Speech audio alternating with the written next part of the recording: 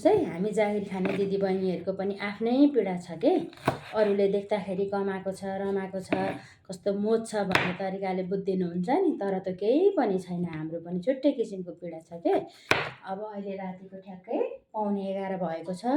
अब यदि अहिले चाहिँ म सबै यो बेलुकाको किचनको काम गरिसकेर भोलि बिहानको लागि चाहिँ सब्जी तयारी गर्दैछु। अब अहिले गरिनँ भने बिहान मलाई समय पुग्दैन। अब के गर्ने, बिहान पनि छिटै उठ्नु त पर्या हुन्छ, चिसो भन्न पाइँदैन, केही भन्न पाइँदैन।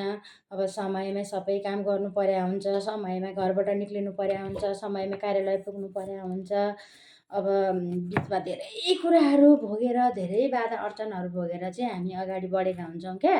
तर अरूले देख्दाखेरि चाहिँ आहा तँलाई त मोज छ, कमाएको छ, रमाएको छ, एकदम मस्ती छ भन्ने तरिकाले बुझिदिनुहुन्छ नि। तर त्यो चाहिँ छैन है। हाम्रो पनि हजुरहरूले देखे जस्तो भोगे, हजुरहरूले भने जस्तो खालको सजिलो सहज तरिकाले चाहिँ हामीले पनि जब गरेका छैनौँ है।